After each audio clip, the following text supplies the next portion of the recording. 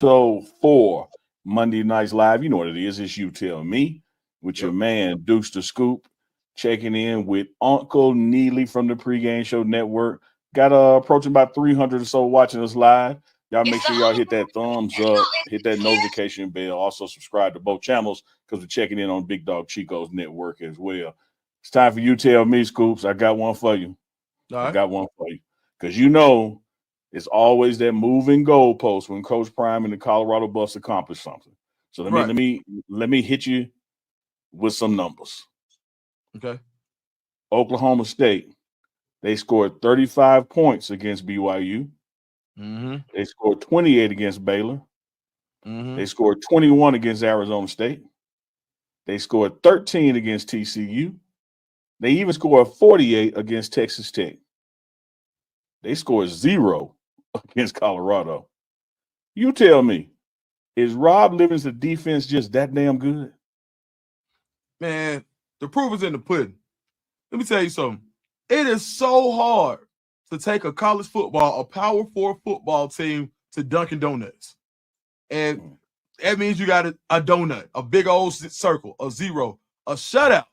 Is so impressive.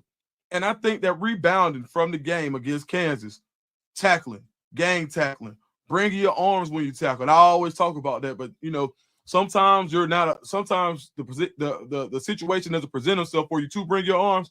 Colorado, they literally came out, played with their hair on fire on defense, and Rob Livingston being able to make adjustments.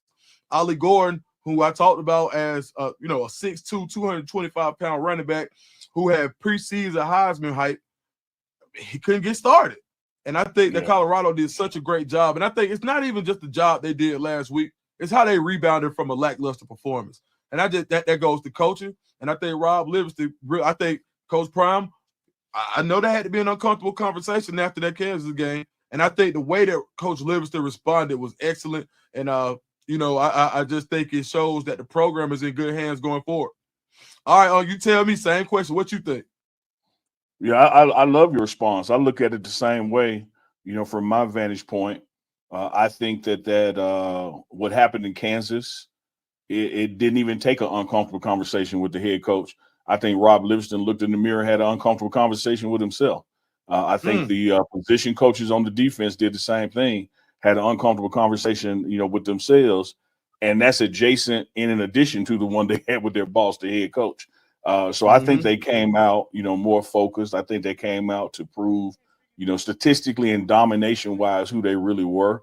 And the focus was on stopping the run. Like the focus was, before we even go for a sack, we're going to make sure that they know that they can't run the ball on us. And here you have Ollie Gordon was approaching a record season, school record, personal record, all those things. And just, like you said, just could not get going because his defensive line was so dominant. I think it's just, you talk about proof in the pudding. I think the proof is just what Coach Prime said when he made the hire, that y'all got to stop looking at what somebody's title was and look at what the job they were actually doing. Because some people's titles, may be in a certain slot, but what they actually responsible for is more than that. And he clearly did his homework on Rob Livingston, clearly made some calls around the league and got advice, and everybody had the good things to say about him. Rob Livingston came in, did his damn thing with the interview and what he would do to make changes. And when you look at this defense, before that Kansas game, giving up 100 yards less per game than this time last year, and to pitch a shutout, like you said, let me tell the folks out there something, Dukes. They've heard me say this before, and I'm gonna keep on saying it. Winning in college football is so damn hard that you get a bowl game just by winning 50%. You win 6 games, you get gifted with a bowl game because winning is hard. And when you look at that, I don't care what kind.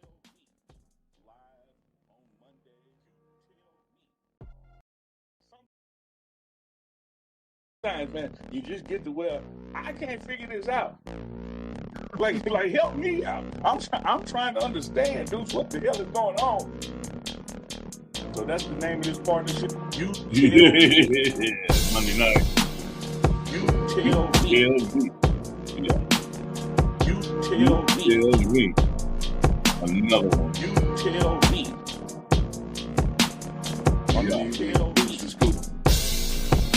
Got 245 already watching live. We're on the way, baby. You tell me. On the way on a Monday night. On Mondays. You tell me. Live on Monday. Yeah, Deuce to School, Dirty Birds. Yeah, man. Yeah, man. Yeah, man. I don't mean no disrespect to the Colorado population, Denver, all that, but man, hey, for real Atlanta, man. I mean, I can't help it. Hey, peace up, ATL down. That's what it is. Yeah. How you feeling, brother? Man, I'm good, man. It's been a great day, an exciting day, hearing some good stuff about the transfer portal. All across the country. Colorado's involved as well. It's just a good day in college football, man. Seeing guys get a second chance with the opening of the transfer portal, and I just think exciting. Got Heisman. It's a lot going on, man. We know where Colorado is going. I'm happy, man. How about you? How you doing? Man, I'm the same way, man. Too blessed to be stressed on this side of the dirt, so you're doing anything that won't hurt. They said, hey, he didn't say it wouldn't hurt. He just said it wouldn't prosper. They're gonna form. They're gonna come at you, but they're not gonna win. You're gonna get some nicks and bruises, but you're gonna come out on the other side. Just keep walking into the storm. Hey, man, we got a special episode tonight of You Tell Me live on Monday nights with Uncle Neely and Deuce Scoop. The reason it's so special, one, brought to you by our friends over at Game Time. You ever tried to get a ticket to an event? I don't care if it's a comedy show, a football game, a basketball game. It doesn't matter what it is. If it's a ticketed event and it's hard to find or hard to get into, join up with our friends over at Game Time. Download the Game Time app, create you an account, and if you use the code BUFFS, we're taking $20 off your first purchase when you create your account and buy you some tickets. You get to see where your seats are, what they look like, no hidden fees, none of that. Get with Game Time when you're trying to get in, man. When you're trying to get in, get with Game Time. Did you use Game Time this weekend? I know you're sweet. I know your seats got sweeter and sweeter. I saw you out there. Yeah. I use Game Time, dog. Man, it's crazy. So my partner, if you on Instagram, go look at Ticket Jerry. That's his name. Ticket Jerry. If you need tickets to any event in the country, you hit Ticket Jerry. I hit Ticket Jerry. We go way back. I call him Big Jerry. I'm like, Jerry, hey, dog, I got some front rows for $400 a pop. He said, dude, you better take them. I ain't finna beat that. You better buy them. I got them. And get to use the Game Time, use the Buffs app. It cut my money off. Excuse me. It gave me the discount. And then I get Cam in the game. This man gonna say, yeah, Dad, I like the seats and all, but did you realize you got him on the Texas side? I said, bro, you lucky we even got here. I could have tackled that boy, man. He's so entitled, man. And man, we looked up, dog. And my partner had 2 tickets on the other side, on the Georgia side. So I got to take him over there. He had fun. But outside of that, but the Game Time app, all of that and some, man. And you know what I did? I did the one where it said all in. So it tells you, it tells you how much your tickets are. It ain't like you said, no hidden fees. So I was able to prepare for the hit that came with them tickets because I saw what it was. And no, absolutely, man. I think the Game Time app is all of that. Man, one of the things I love about it, I got it set where the app is running in the background as far as your location goes, and it will give you updates on events that's in your area and let you know when ticket prices are changing or falling or going up. And so you get a little notification going, hey, like when I'm in Boulder, I get a notification like, hey, the average Lakers Nuggets tickets just dropped $10. You might want to log in and look, So it's a pretty damn cool app to be a part of. The other big news we got tonight. Mm-hmm. See, I had to pause right there. I had to do that dramatic pause. The other big news we got tonight. We're not only streaming right now on the Pregame Show Network. We're not only streaming right now on Big Dog Chico channel. We're streaming right now on Dukes the Scoop channel as well. So y'all make sure that when this is over, if you're not watching it right now because you didn't know, you make sure you go subscribe to Dukes the Scoop channel. Make sure you hit the likes and notifications over there because we're going to build and blow that channel up as well. We're going to hit them with that triumvirate, that 3-pronged spear, that trident. We coming. We coming 8-volume JG, baby. We coming in the 3 ways. Man, and for everybody that don't know, let me tell you, we gotta do the praise report. And on this one, man, I just want to talk about how Uncle Neely and Chico, they really gave me the game as far as what I needed to do, like to get my own. Not because I wasn't like, hey, I wasn't beating the dough down. They telling me, hey, dude, you need to do your own thing, bro. Like, you literally got to go in here and figure out how to kind of monetize yourself. He said, you doing everything. This is Uncle Neely. Uncle Neely said, man, you doing everything for everybody else, but what you doing for yourself? Mm-hmm. And it couldn't. And then Chico came. He said, "Nah, whatever you need, we're gonna help you, dude." And shoot, they pushed me to this, to be honest. And I think, man, as brothers, this is this is so important. And it's somebody that, like, we always talk about a hand up, not a handout. And I think this is one of those hand ups where I appreciate it to the point where it's like, dang, man, like y'all really showed me something that I wouldn't have known where I could turn money over. You feel me? And so my content is going to be wide ranging. You're going to see Chico over there. You're going to see Uncle Neely over there. It's going to be a wide range of content. And, man, I'm just excited about it, man. So thank you for everybody that goes to subscribe to the Dukes to Scoop channel. There's some old stuff on there, and I appreciate it, man. Yeah, y'all make sure y'all go back first when you say appreciate that love. Because hey, man, one of the things in life, you either working on your dream or you working on somebody else's. You know, it's just, it ain't no two ways about it. It ain't nothing wrong with working on somebody else's when you're cognizant of that, when you're aware of that. But, you know, a lot of times we'll defer our own dreams to work on somebody else's. So this is one of those spaces when it comes to content creation, 24 hours in a day, man, we can all help each other blow up and grow up. And so the link is in the chat right now. You'll see the comment as the Pregame Show Network. And just hit that link, go over to Duke to Scoop page.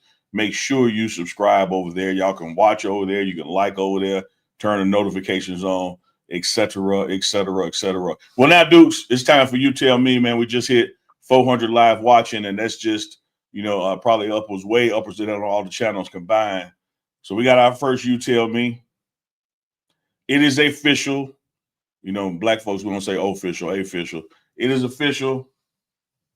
Heisman finalist Travis Hunter, but Shedeur Sanders is not a finalist. Shedeur, of course, nobody can stop him from going to New York and attending and supporting his friend, teammate, and brother. But Shedeur is not a finalist in the Heisman, but Travis Hunter is. You tell me, Deuce to Scoop, what more could Shedeur have done to become a finalist for the Heisman Trophy? Bronze himself and make himself the Heisman. Do like this and make himself. That's all. That's the only thing else he could have did was to be the Heisman himself. Like, if they called it a Shedeur, that's the only other thing he could have done. He did everything. He had the stats. He made the yards, the touchdowns, taking care of the football, completion percentage, the wins. I mean, you won as many games as the Heisman, as the leading Heisman candidate. He was a leader on and off the field. He backed up everything he said. He was the catalyst in order to make sure that Colorado got to where they were going, even with all the talent that was around him. Shedeur lifted the play of the entire team. There was nothing else he could have done besides change his last name. I'm going to say it. You know, somebody else just said it too. Legally change his last name. I mean, it would have been too much like right, dog. So with that being said, no, I mean, you know, the moment, I hate that he's being robbed of this moment, but I also realize that it's just only going to make him stronger, and it's only going to fuel him to do more and more. And and I think it's going to light a fire under everybody who comes after him in Colorado, that you can ride for Shedeur. Like, he's the guy who doesn't need who he has everything, right? He's athletically gifted, smart, great upbringing, all of that stuff. But we can ride for Shedeur on this one because he was being mistreated. So, man, we can put the little slide up, slide for Shedeur, man. Make sure that people know that he belonged to be there. He deserved to be there. He belongs. And he had a Heisman worthy season. I absolutely believe that. What you think? Yeah, I'm like you and the brothers and sisters in the chat. You know, first and foremost, last name just can't be Sanders because that's all it is. It's really just a ripple effect of the hate on Coach Prime and the Coach Prime effect, whether that is Jackson State, you know, or Colorado. So it's first and foremost that. You know, the Heisman Trophy is supposed to go to the best player in college football, and that includes on and off the field. And I don't think you can get any better than on the field and off the field than you can with Travis Hunter and Shedeur Sanders. I think it is Travis Hunter's trophy to win. He should be the Heisman Trophy winner. but Shedeur as a teammate and competitor and also a person with the right numbers should have been sitting there just as well. He just won the Golden Arm Award, the Johnny Unitas Award. And, you can look at this a couple of ways, Dukes to Scoop. There is no doubt in my mind that the Heisman Trophy goes to the best player in college football, and that is Travis Hunter. But you also have to have space on that dais for the most valuable player in college football, and that is Shedeur Sanders. I've often said with you on You Tell Me and other platforms that if you take away Travis Hunter from the Colorado Buffaloes, some of those touchdowns just go to LaJohntay Wester or Will Shepherd. Some of those pass breakups go to DJ McKinney or Carter Stottmeyer. If you take Shedeur Sanders off of the Colorado Buffaloes, we offer. We offer. We don't win a single game without Shedeur Sanders. It's just that plain and simple. There is not a game this season that we would have walked out of that stadium home or away with a W if we don't have Shedeur Sanders. And when you look at his passing percentage, his completion percentage, he may have been second in touchdowns and third in yardage or vice versa. But when you look at that completion percentage, you look at the low number of interceptions, the way he kept his team in the game and brought them back in games, and never once was he the reason the team was in trouble. Like a lot of guys who are going to be sitting on that platform, they may have had some heroics, but they were the very person that gave up, 2 pick sixes or something. Shedeur Sanders never put his team in trouble. I really do believe that he's deserving of the Heisman Trophy, so he should have been there as a nominee and a finalist, although Travis should be the winner of it, just for what he's doing, never seen before on both sides of the ball. But I will say this too. Neither of these guys went to Jackson State, transferred to Colorado, to win the Heisman. They did those things to be winners on and off the field. They did those things, to go to the NFL, and both of them will be top 5 draft picks, 1 and 2 in the draft. So that's where they're going to prove the world wrong. That trophy is one thing. I hate they're missing it for the history of it, like Travis not getting the Thorpe, not being a finalist for that, Shedeur not being a finalist for the Heisman, because 5, 10, 15, 20 years from now, those kind of memories matter. But the real memory is going to be what they do in the NFL. Mm-hmm. Absolutely. And I think it's going to be sweet revenge. Like, you're going to see him be drafted number 1 overall. And he won't be thinking about it. It's just like Coach Prime said, man, he got his he got his Thorpe somewhere in the garage somewhere, man. Like, he ain't gonna be studying it after he has the career that he has. But it also, you don't want to take away from Travis's moment, but you also have to acknowledge Shedeur. For sure, he should have been there. Travis knows it, everybody knows it. And I think there's some bias there. You like Dylan Gabriel's having a great year. They're undefeated. And if it wasn't, I'll say this. If Travis Hunter wasn't there, then Shedeur would have been there. But they just said, "Oh, you can't have 2 from there," and that's that's what it is. Dean Franklin, what's up, Dean? Yep. Yeah, I agree. That was the thought process, and I just think that's the wrong thought process. For me, if you're inviting 5 people and all of them from the same team, if they're the best 5, so be it. If you're inviting 3 people and 2 of them from the same team, so be it. Just get it right. It's almost like the Thorpe Award. We can sit here and debate back and forth whether or not Travis should win it, but there's no debate that he shouldn't have been a finalist. Yeah. And so that's the same thing with Shedeur. You have some people out there who are pro quarterback and believe Shedeur should be ahead of Travis in it, and that's rightly so their opinion. But there's no debating that he should be invited or not invited because he's that worthy of it. And sometimes, man, we start, what we call it in the barbershop in the hood, we call it pocket watching.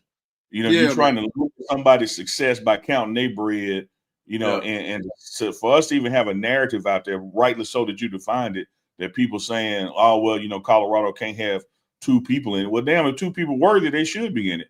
And these 2 guys are absolutely, worthy. And I'll say this to it, with all due respect to what the running back has accomplished, when you look at the 5 leading rushers in college football, Barry Sanders being number 1, New Kid being number 5, go look at those people in the middle. They didn't win the Heisman. Now, if you go look at the people who did what Travis did, Charles Woodson, even though they didn't do it to the level Travis did, Desmond Howard, like they won it. Right. And so when we get to New York next weekend, man, gonna be interesting to see then if they do the right thing and hand that thing to Travis Hunter. Yeah, I tell you what, they talk about furniture moving. There's gonna be some buildings moving, man. Listen, they don't need them type of problems in America today, man. They don't need them type of issues, man. They talk about what, and don't let me get the political, man. They talk about storming the Capitol, but they go, whatever it's gonna, what Carnegie Hall, what's the building name? I forgot the building.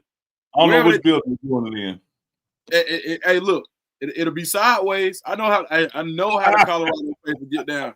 Hey, man, what was the cartoon, not the cartoon, the video game back in the day where King Kong and Godzilla was climbing up the side, they was knocking down buildings. Rampage. Yeah, Rampage. Hey, Bevo, not Bevo. What's my man? The Colorado Buffalo. He'll be going up the side of that thing. Ralph up there kind of tearing it up. Yeah, man. Right. Hey, man, bro. I'm telling you, that'd be the worst thing that can happen. Is if they don't give it to him, bro. Because at the end of the day, if they don't give it to him, the statement is being made more than anything. The statement is, we just not rocking with y'all. That's the statement that they're saying. You know what I mean? It ain't about, is Travis Hunter worthy? A blind man can see that. Mm-hmm. What it's about is, are we going to give it to Travis? Are we going to reward Colorado for doing it their way? We told Deion he shouldn't be playing Travis Hunter this much. You can't play a guy 150 snaps. You can't do that. Travis Hunter shouldn't be going to Jackson State. He's the number one player in the country. Oh, he shouldn't be following Deion to Colorado, Coach Prime to Colorado. He should go to Florida State. He's already done the HBCU thing. So why is he going there? Everything about this in the opinion of those people who don't feel like Coach Prime and what he represents college football, what Travis Hunter has accomplished goes against everything that they could fathom with their minds. And so, and we always talk about this.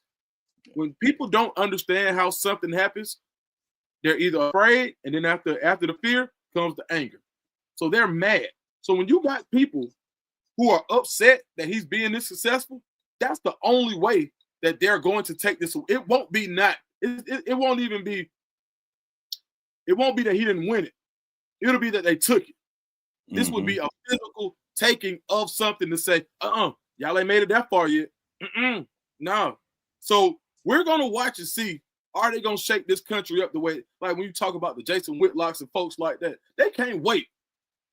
Somebody, I can't stand it. Like, and I know for a fact that that's what that's going to signify. So I'm praying that they do the right thing. Yeah, and one of those layers you touched on there, well, I don't care if it's the Heisman or what award it is. You don't have a situation where the athlete is so associated with the head coach like you do at Colorado. You know, you look at, say, a Cam Ward down there at Miami, no one knows why he chose Miami as far as just lay of the land conversations in general. Well, everybody knows Travis Hunter went to Jackson State because of Deion Sanders. Everybody knows Travis Hunter went to Colorado because of Coach Prime. Everybody knows Shedeur Sanders went to Jackson State because of Deion Sanders. Everybody knows he went to Colorado because of Coach Prime. And for Coach Prime to have that kind of magnetism, and that magnetism turn into national awards with the S, turn into a Heisman Trophy, there's some folks I can't stand it, man. The old guard, the old regime, the old way of recruiting, the old way of where coaches don't look like the players that they coach. They scared of that, man. Like they flat out scared of this. Like when Travis Hunter wins this trophy as a student athlete at the University of Colorado, that flat out happened because of Coach Prime's drawing power and Travis Hunter's ability. Another guy wins it at another school, is just chalked up to the kid's ability. And what they try to do is just limit and block what Coach Prime gets credit for, because they know once that thing gets rolling and it's rolling, they can't compete with it or stop it. Absolutely. And he's not going to be the last one. Trust me. He won't be the last one. No. No, Willie Simmons, shout out to Willie Simmons, just got on the FIU. You know, came from the SWAC, was a head coach at FAMU, Prairie View, was a coordinator at Alcorn. Went to left FAMU as head coach, went to be running back coach at Duke for a year, and now is head coach at FIU with a 4-year deal in his backyard in Florida, wishing Willie Simmons the absolute best, because he's from that prime kind of visionary as far as making young men professionals on and off the field. So you're going to get some Willie Simmons hate in the next couple of months. Be ready for it. Yeah, man. So I think it's on me. So you tell me, what should BYU be expecting from the Colorado Buffaloes in the Alamo Bowl? BYU should expect it to feel like an away game. Bowl games are neutral sites, but I think Buff Nation and the prime effect is going to have the Alamo Bowl looking like Folsom Field. I think that our fan base is going to travel. I think that the folks in that Texas market, all the way over to Louisiana, even Mississippi, are going to be there, by the bus loads and plane loads as well. So I think it's going to feel like a home game for us and an away game for them. I think, and then when you get to the game itself, when you look at what they're averaging, and they're a tough team now, they make people conform to what they do if you look at how they're playing style. But when you look at what their quarterback is averaging and what ours is and what they average on the ground and what we do defensively as far as stops what they do, all we got to do is be ourselves. So I think that BYU should expect the team to play like they play at Folsom and expect the crowd to be like it's at Folsom. And if we hit those numbers, if Shedeur gets his averages, and even with the run game not being as strong, if it gets its averages and our defense gets the stops that it's been getting, there's really not a lot of folks in the country that can even begin to compete with Colorado. So I think BYU, they have an excellent coaching staff. They know what to expect. They've seen the film. They've watched us play. We didn't get to play each other in the regular season, but they know what they are running into. Mm-hmm. What you see? You tell me. I think they about to air it out. If they're not ready to throw, if BYU doesn't want to go to their part of the offense where they air the ball out, it's going to be a long day. It's going to be a long day anyway. But you better believe they better get ready for 500 for Shedeur. I'm calling it. That's my shot. I think Shedeur goes out with a bang. They only made him more mad. So while he'll be in New York, I'm sure, to support Trav. But on the flip side of that, he's gonna be thinking about, I got one more chance to stick it to y'all. And I think and I'm not sure that he does it for anybody else, but I know for a fact he's somebody that loves to prove people wrong, and he believes in what he believes in, and he believes in himself first and foremost. So I know for a fact Shedeur is about to go off, and he wants to pass the chicken around to his partners that'll be in the East-West Shrine Bowl with him. One last ride with his senior receivers. They are about to throw this ball around like we back in the playground, and I'm excited to see it. And I think that this probably is going to be that last real look against real competition for Shedeur Sanders as he continues to cement his status as the #1 overall prospect for the NFL draft. Yeah, I think you nailed that, man. That's one thing that folks got to peel back a layer of that onion and get a little deeper in there as you're setting and establishing. Shedeur Sanders is fine. Shedeur Sanders doesn't throw a single pass in his game, and he's the first pick in the draft.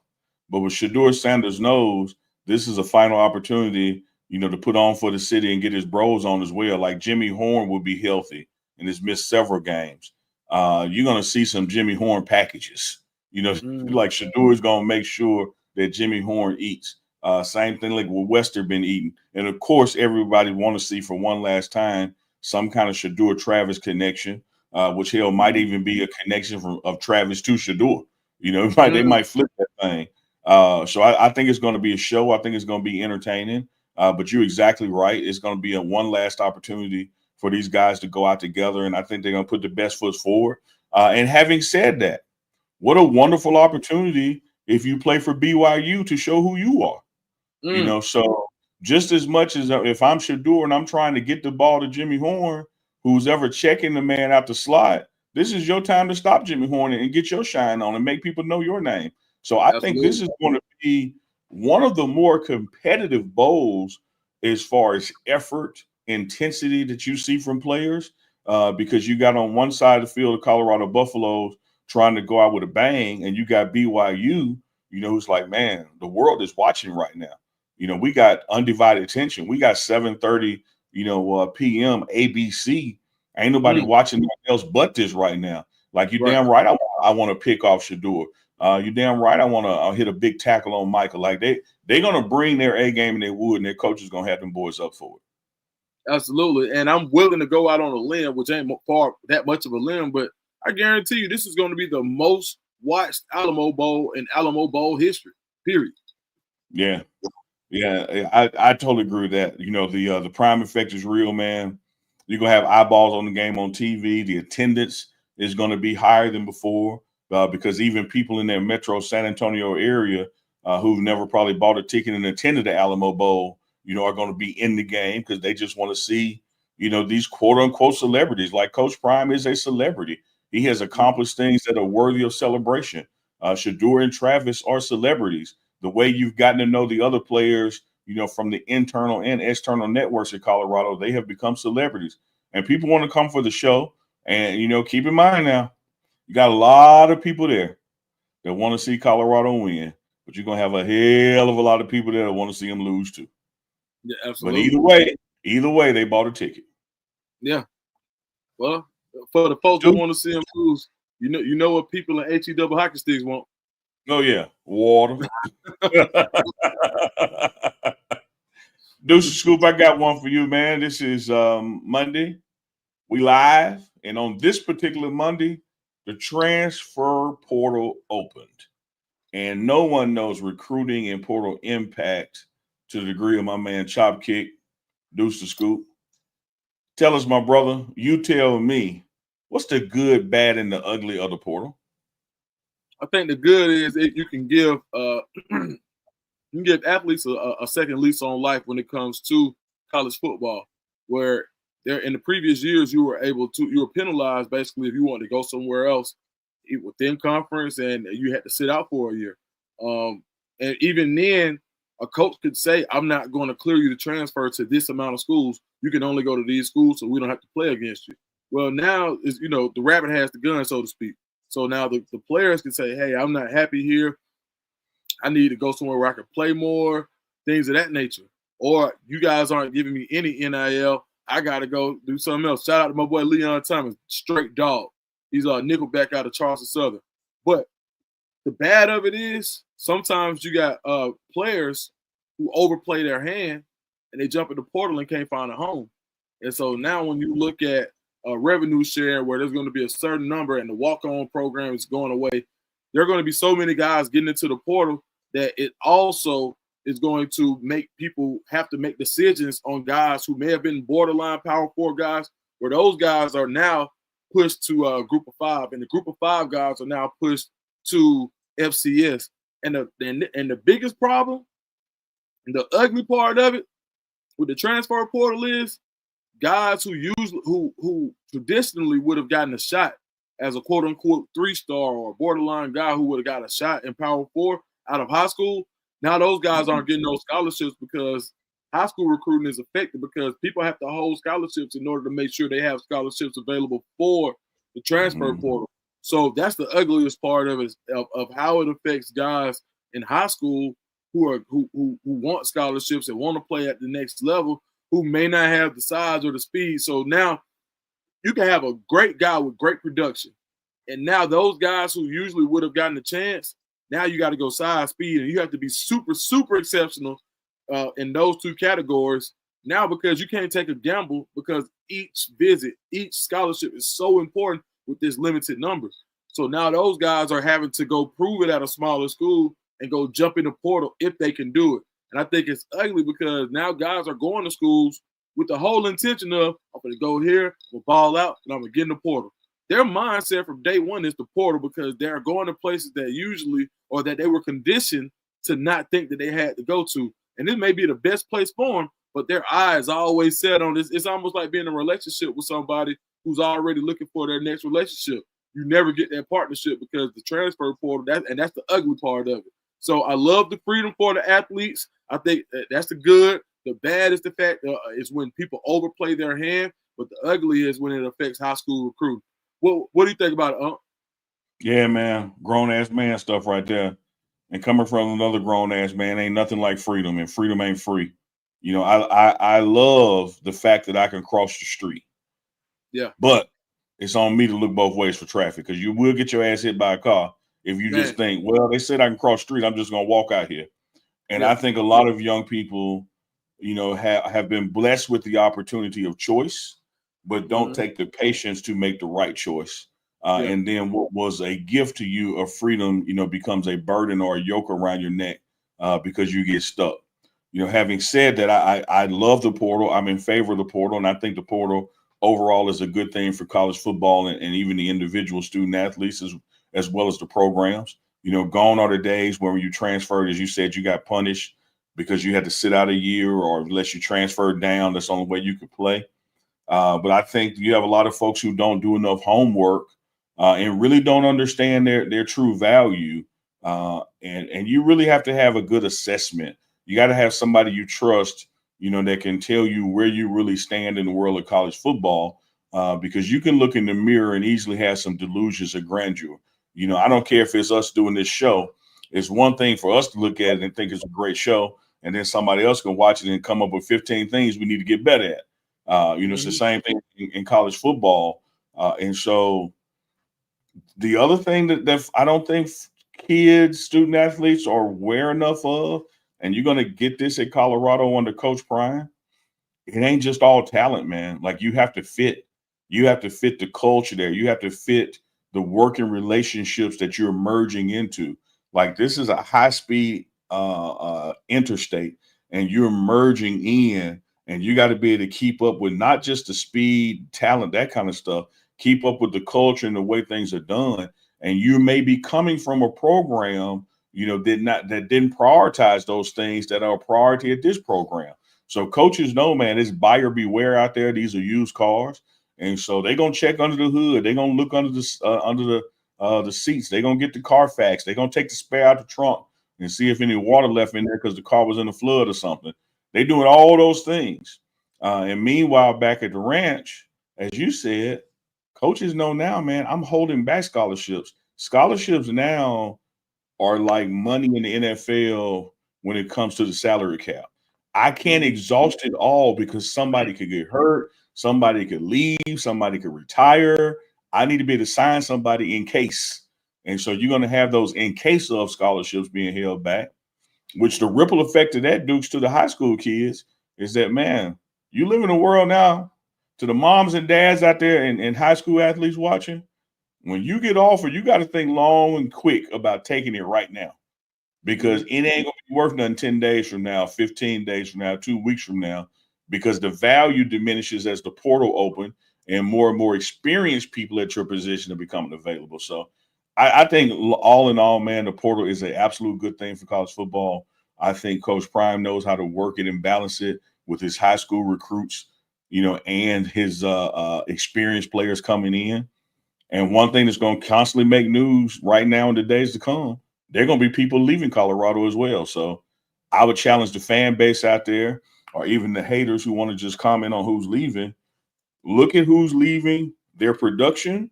Look at who's coming in and their production, and look at the net difference. All right. I got a good one for you, huh? So since we're in transfer portal time right now, who was your transfer portal MVP of last year's cycle for the Colorado Buffaloes? Ooh, that's a damn good one. Woo! Man, you had made me lean back a second. You had to make me lean back. Let me buy some time. Shout out to over 1,000 people watching on all three channels. Almost 1,200 we got looking at this on all three channels combined. Y'all make sure you hit the thumbs up. Make sure you hit the bell for notifications. Make sure you are subscribed to Big Dog Chico, to the Pregame Show Network, and to Deuce the Scoop as well. Shout out to Game Time, the sponsor. Go create you an account. Use that code BUFFS. We're going to take $20 off your first tickets. Now, to answer your "you tell me" question, I gotta go. Let me give you three names, and then I'm gonna narrow it down to one, because you ain't asked me for three names. You said one. Okay. We had so much improvement on defense, giving up like 100 yards less per game. I'm going to start off with the block bully Chidozie I'm going to include Nikhil Hill Green in there, and I'm going to include BJ Green. Okay. Now, let me pick one from those three. And I'm not just going with game impact. I'm going with locker room impact. I'm going with leadership. I'm going with things, off the field as well when I pick this person. Okay. I'm going to go with the block bully. I'm going to go with the Joe Chidozie. Okay. Because I think what he was able to do on that line is his leadership in the locker room, and then battling back from an injury himself and still, making his way out there, getting invited to the Hula Bowl while he was out injured. Wasn't no bitching and moaning. He was another coach during the drills. No slight to Hill Green and BJ Green, but I think when you look at impact in the portal, bang for the buck, a guy that matches the culture, a guy that does it the way Coach Prime wants it done. Give me the block bully on that, man. Great question. Great damn question. Oh man, you made me feel like I was picking my favorite kid. Like I gotta put it back on you now. You tell me, who was your impact player on the portal? You know what? So there were two kids before I even knew that I would be tied in with Colorado the way I am now. I helped two kids with their portal process, and two of them ended up in Colorado. One was Colson Hood, and one was Nikhil Hill Green. So this is almost like picking one of my two kids. But just on this year alone, I'm gonna go with Nikhil. And reason being, seeing how he performed, seeing what he did, seeing how he didn't pout when he didn't come out starting at the beginning of the season, seeing how he waited on his time, and seeing how he actually executed when he got that opportunity. They always say opportunity is what happens with preparation. Success is what happens with preparation meets opportunity. Well, that's why he had a successful year, to the point where he may have opportunity now to go play on the next level based on what he does, in some of these pre-draft processes. But when you talk about turning the ball over, when you talk about setting the tone on that second level, when you talk about being a sure tackler, when you talk about getting people fired up around him and not caring, throwing his body into people, I think he was the epitome of a Colorado linebacker and what the Buffaloes needed at the time. When he was inserted into the lineup, he was needed in the lineup. And he stepped up and he never relinquished that spot. I think that just says a lot about waiting on your time. So now he's one of those stories where he goes and tells people, hey, look, you go to Colorado, you wait. When your number is called, you better be ready. Because if you're ready, you'll be rewarded. And I think that's so fair. And I think it's important not only for the season that he had, but for the season of people coming forward and for players to come into the program, that he's a guy who I'm 1,000% is positive, that I'm positive, will call back and reach back into the program. He loves it there. Mm-hmm. So for culture fit and performance on the field, I'm going to go with NHG. Yeah, I love it. Can't argue with it. He was one of the three when you first made me, dig deep in this thing, man, and then you start thinking. Shout out to Wester on offense. One of the things when you just compare, we had a nice receiver core last year, and he did great things this year, man. His catch percentage of his targets, is well up there in the 90s. Just unbelievable. Preston Hodge, man, comes to mind. It's so many where the coaches just absolutely got it right, and that's one of the things that Coach Prime does that the cameras may not pick up on, because it's 24 hours in a day, and we're only showing y'all a glimpse of it. Whether it's the pregame show, Reach the People, shout out to those guys, and shout out to Bucky over at Well Off. When he has his meetings with coaches, and they kind of go through this SWOT analysis, if you will, strengths, weaknesses, opportunities, threats of where we got it wrong, why did we get it wrong, and how do we not get it wrong on the next guy. Because what you want to do particularly when you got scholarships on the line, you got to get it right. And when you look at the transfer portal for Colorado last year, there was much more right than there was wrong. Like, these guys came in and made a tremendous impact. You could really close your eyes and just draw straws, man, pick a name out of bowl, because they all came in and did the damn thing. Yeah, sure. 1,000%. All right, I got one for you, brother. All right. This is CFP based, college football playoff based. You know, once upon a time we didn't have it, then we had 4. Now we're up to 12.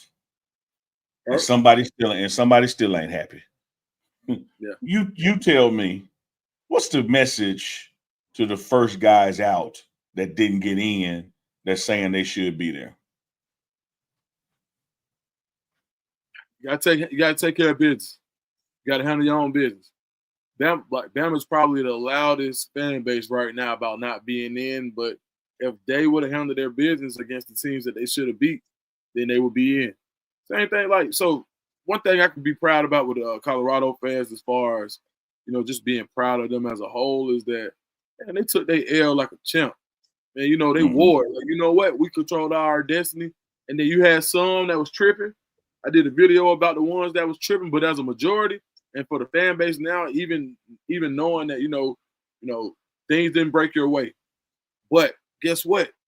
It's because you didn't beat Kansas. That's it. And you can't blame nobody for that but Colorado themselves. And they took it like real live champions.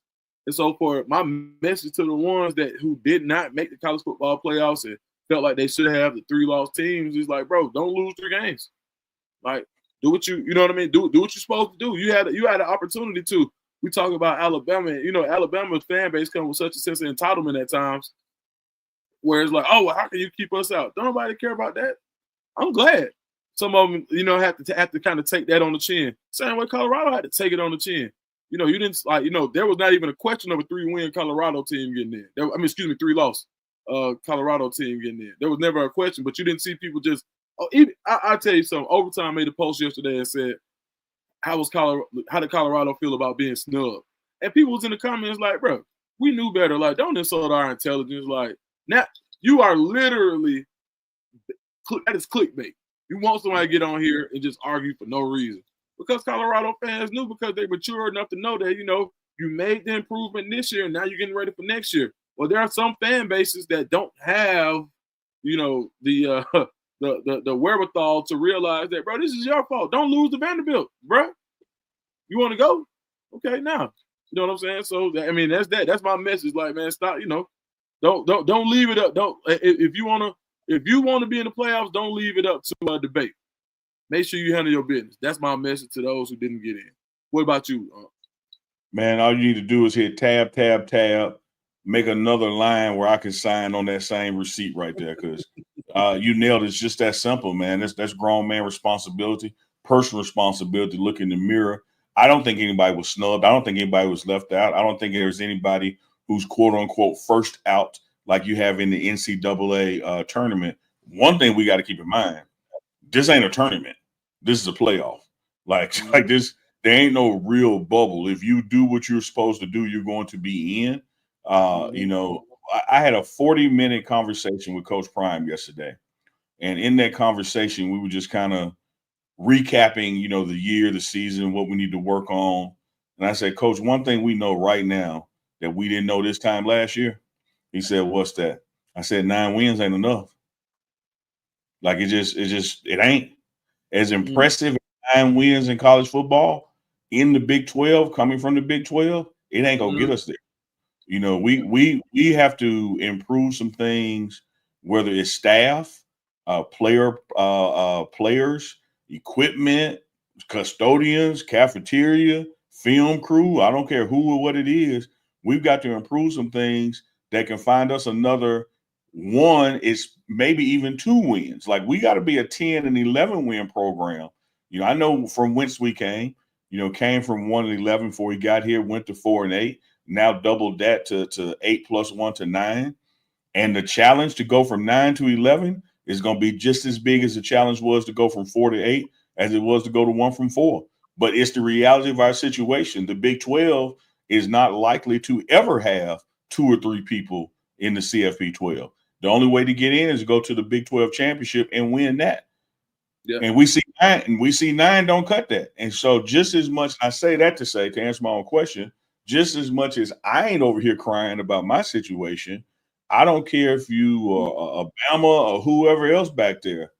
Man, we and dog got to do the same thing we had to do. And everybody that missed, whether it's us or them, at one point, the destiny of your season was in your hands and you failed. It's just that simple. All right, Uncle Neely, I got it. You tell me right here. Now, hold on. You need to talk about that right there, Uncle Neely. What was it? All right, we got a super chat popped up. Brent Massman, $90 super chat. Appreciate that love, brother. I'm a 25-year CU alum and diehard Bucs fan the entire time. So happy we're finally legit again, like back when I was there in the early 90s. Also stoked on Dukes, Unk, DMVR, Well Off Media, etc. Appreciate that love, Brent. Appreciate that $90. It helps us pay the bills around here because, you know, we don't travel these games for free. And we don't bring this content back for nothing. This stuff got a cost, so we appreciate that love. And hey, glad to be part of this restoration, this program back to the 90s and Cordell Stewart days and Michael Westbrook days. You know, you can just see it all over social media. Because, hey, dudes, keep this in mind, and keep this in mind, Brent. Out of all of college football, and there's a lot of college football out there, only one team had every single game nationally broadcast, and that was Coach Prime's Colorado Buffs. Yeah, you're right about that. All right, I got to ask you, big dog. Yes, sir. So you go to the transfer portal, and you see schools from all over. Like I talked about a guy from Charleston Southern, Indiana, California, Washington State, wherever. But these kids come from about the same 4 states. When you look up and see where they're from, the main 4 culprits that you're going to see is going to be Georgia, Florida, Texas, California. When it comes to ranking, where you think the best high school football is, if you got to go recruit, I want you to rank those 4: Georgia, Florida, Texas, and California. All right, let me do this first. I'm gonna do them and I'm gonna get them out the way by going number 1 first. And I'm gonna tell you why I think it's number 1. I'm going with Florida as 1, and it's because it's not just about football. Florida's weather, Florida's infrastructure, Florida's support system really supports year-round athletics. And so when you look at a guy that can play baseball, football, run track, play basketball, do all those things, no state really handled business at this point like a Florida does. So you can get a true athlete. You can get a guy that's been coached because he's played multiple sports and been exposed. So I'm going to go Florida. Texas is going to sound like the next obvious answer, but it's really a numbers things with Texas. You got so much money into high school football there that there's really a lot of dogs there. But I'm going Georgia second. And here's why I'm going Georgia, man. Georgia is a unique state because we think about Atlanta and the celebrities and the pro sports and, you know, all the nightlife and the happenings. But Atlanta is an anomaly. Georgia is still a southern state. It's muddy like Alabama and Mississippi. Like you still, most of the people in Georgia don't live in Atlanta. Most of the people in Georgia, just like Alabama and Mississippi, they're trying to get the hell out of there. So you got that hunger. You know, you got that hunger and drive of getting out the mud. So let me go with Georgia second. I'm gonna put Texas at 3, and I'm gonna go California for the same reason that I have Florida. But the reason they're down at 4 is California kids, when they come this way to school and play, they get homesick easy. They got a little degree. I don't want to call it soft, but maybe a little privilege, a little entitlement. Is it kind of a lack of a grimy there. It's more, you know, high speed stuff, skill stuff versus, you know, just hard hitting raw contact, just big boy pull your pants up. And what was my other state? Oh, that was it. Now you named. I just had 4. I'll tell you. Okay. All right. Give me one. Florida, Georgia, California. So give me a 5th state that you think really play some good ball. Honestly, man, I'm going to say I wouldn't sleep on Louisiana. Yep. I wouldn't sleep on Louisiana. You know, one of the reasons you have perennially seen LSU in there, and even they have a down year, don't have a down year, is they know how to recruit at home. They got what they call Louisianimals, and they go get them. So I'm gonna put Louisiana as some talent. You know, somebody was just talking about Dan, I think it was talking about the talent of the 90s that they had in Colorado. Keep in mind, Cordell Stewart came from a railroad right outside New Orleans. So it's some hunger there too. I want Dukes. I'm gonna tell you this before I kick it back to you. Okay. When I'm watching a boxing match and I don't know too much about the boxers and I hate to be stereotypical, I'm putting 100 on that one from the third world country. He don't want to go home. That one that's been training in Vegas 3 years. Hey dog, he comfortable. That one that came out the barrio, came out the gutters of the Philippines. He ain't trying to go home, dog. Like this, so he wanted. So I'm gonna bet on hunger all the time. DMX said it. I'm gonna do like Hungry do and give me a hungry crew. And so I gave you my 100 things. Man, you know what? First of all, you killed it with the bar. And then you're right, man, because sometimes like we used to bet like that too, especially when we was younger, be in a barbershop. Who you betting with? You're down to say the country before you say the name. Oh, yep. you know what that come with. And man, you know what? Like it's almost like a boxer from Pensacola, right? Like Roy Jones used to always say, man, it was a guy at Auburn, man. I believe his name. I forgot his name, dog. His hands were so good. He played ball, but man, he whooped everybody. D-linemen, linebackers, whatever. He was from Pensacola. He said, man, Pensacola is the reason our hands so good. That's the reason Florida got gun laws. I said okay. Hey, my boy, hey, I forgot his name, man. But listen, I'm gonna go Florida first. Reason being, and I'm gonna take this from a different perspective. I'm gonna do it because of the youth football. Mm-hmm.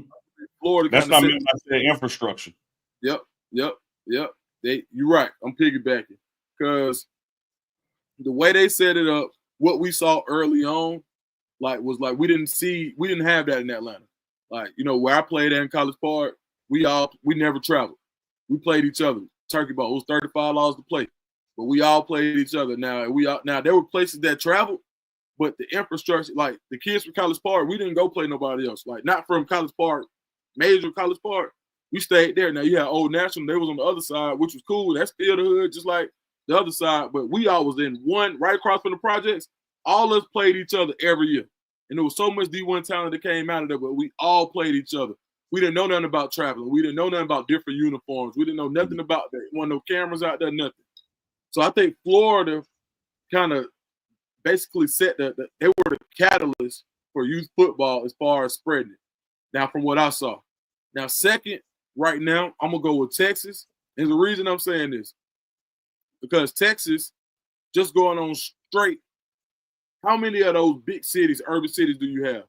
When you got a Houston and a Dallas that you can go recruit from, and these cities are huge. So just based on sheer numbers, if you lock me into a state, then I'm going to go Texas just because I know I can hit so many different places. Like you even got a little water in Texas down there by Galveston. So, usually people fast by the water. I don't care where it is. You by the water, I don't know what it is about the water, but it make people fast. Then third, I'm going to go Cali for the same reason. And the reason I'm doing that is because just like I said, sheer sheer volume of players because how big a state it is. And then fourth, I'm going to go Georgia. One, because I'm here. Secondly, because I know what's going on. And I know for a fact that in the recent years, especially the metro area, has went here when it comes to recruiting football. Like now the respect has come. Before it was the Valdosta's, it was the Loudoun County. And, we always dreaded going to South Georgia.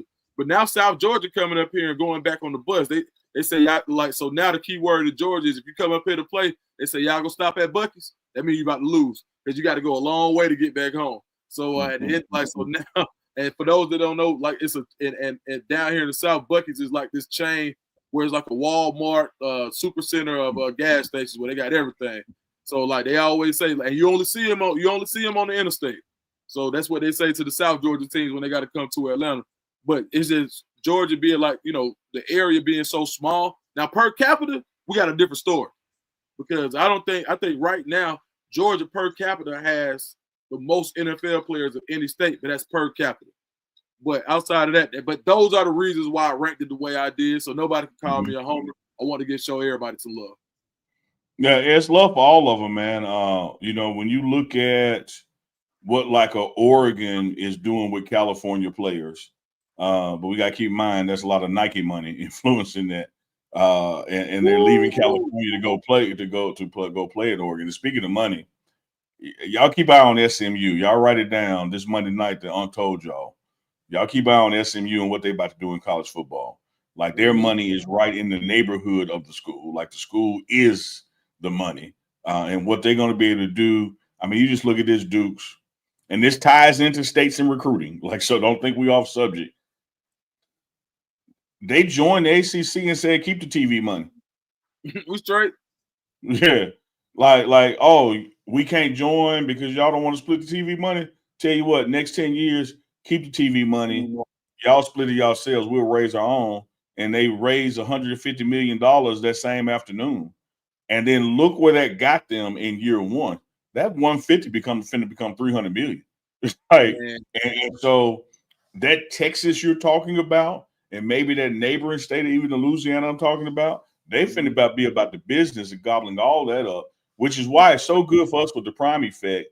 Like we go to Houston next year to play. We're about to play a bowl game, in Texas, so we're gonna be able to do our thing and make some noise there as well. But watch the money in college football as it relates to these states that are hotbeds and where they go to actually play, because a lot of times the money ain't necessarily in the state that they come from, but Texas and SMU gonna have that upper hand, just like Texas and Texas A&M have in the past before NIL, because they were doing NIL before anybody else was doing NIL. Yeah, what you talking about, man? That's why Saban retired, because now everybody can do it. Let me get on out the game. Yeah, man. Hey, they better not sleep on that Pony Express now. I saw the 30 for 30. Yeah, they were doing it back then. So they already got the blueprint. They already got the blueprint. Man, it has been You Tell Me with Uncle Neely and Phillip Dukes, man, brought to you by Game Time. Shout out to our friends over at Game Time. Download the Game Time app. Use that code BUFFS. We're going to take $20 off your first purchase. Man, I wish we could take $20 off every one of your purchases, but we definitely going to take it off the first. You trying to go to the Alamo Bowl or any bowl game, you trying to see a comedy show, you just trying to get in where they say you can't get in, go to Game Time. You'll be able to see your seats. No hidden fees when you get at the end where you think you're paying $30 for something, $9.75. You're going to know all that up front just by using Game Time, and you can let them know You Tell Me sent you. Phillip Dukes, y'all make sure y'all go subscribe to his channel. This is the first night where we're broadcasting on all three. I think we got up to about 1,300 watching live. Y'all make sure y'all hit the thumbs up. I don't know why you sit there and watch and don't hit the thumbs up and don't hit the bell for notifications, but subscribe to both channels.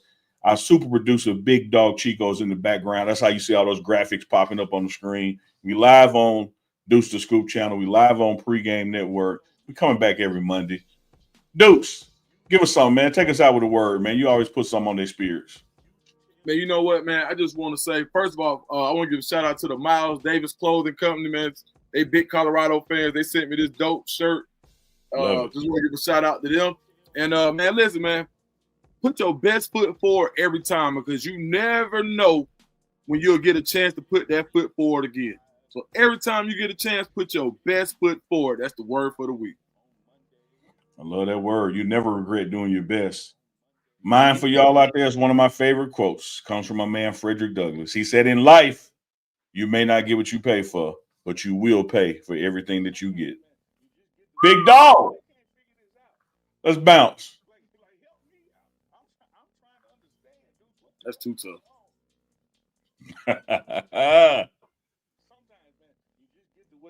I can't figure this out. Like help me out. I'm trying to understand, dude. What the hell is going on? Damn. So that's the name of this tell part. Me. You tell me. You tell me. You tell me. You tell me. You tell me.